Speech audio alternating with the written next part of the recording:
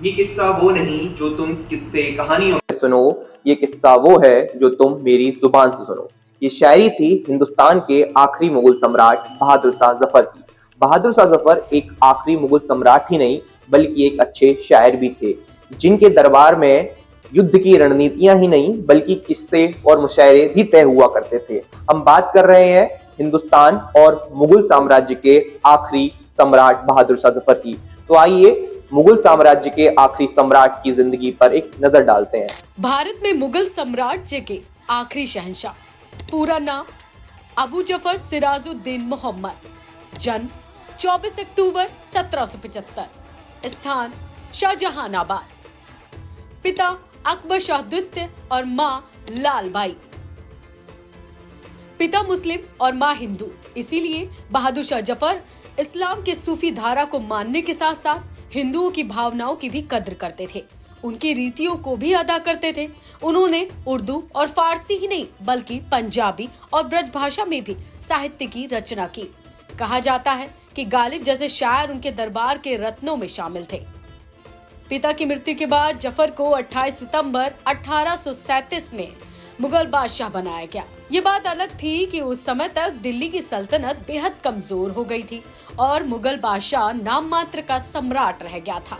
सल्तनत की बागडोर को संभालते हुए बहादुर शाह जफर ने ऐसी कई लड़ाइयां लड़ी जिसके शुरुआती परिणाम हिंदुस्तानी योद्धाओं के पक्ष में रहे। सन 1857 में जब हिंदुस्तान की आजादी की चिंगारी भड़की तो सभी विद्रोही सैनिकों और राजा महाराजाओं ने उन्हें हिंदुस्तान का सम्राट माना और उनके नेतृत्व में अंग्रेजों की ईंट से ईंट बजा दी। अंग्रेजों के खिलाफ भारतीय सैनिकों की बगावत को देख बहादुर शाह जफर का भी गुस्सा फूट पड़ा और उन्होंने अंग्रेजों को हिंदुस्तान से खदेड़ने का आह्वान कर डाला।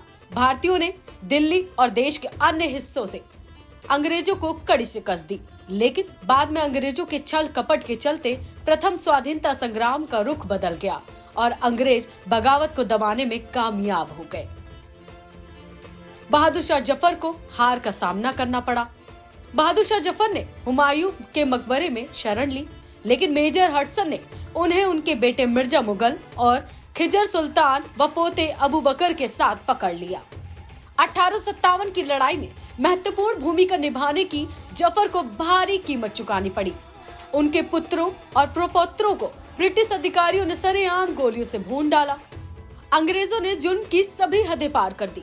जब बहादुर शाह जफर को भूख लगी तो अंग्रेजों ने थाली में खाने की जगह उनके बेटों के सिर परोसे। ये देख उन्होंने अंग्रेजों को जवाब दिया कि हिंदुस्तान के बेटे देश के लिए सिर कुर्बान कर अपने बाप के पास इसी अंदाज में आया करते हैं। बहादुर शाह जफर का यह अंदाज अंग्रेजों को पसंद नहीं आया, तो आजादी के लिए हुई बगावत को पूरी तरह खत्म करने के मकसद से अंग्रेजों ने अंतिम मुगल बादशाह को देश से निर्वासित कर उन्हें बंदी बनाकर रंगून ले जाया गया। बहादुर शाह जफर का आखिरी शेर।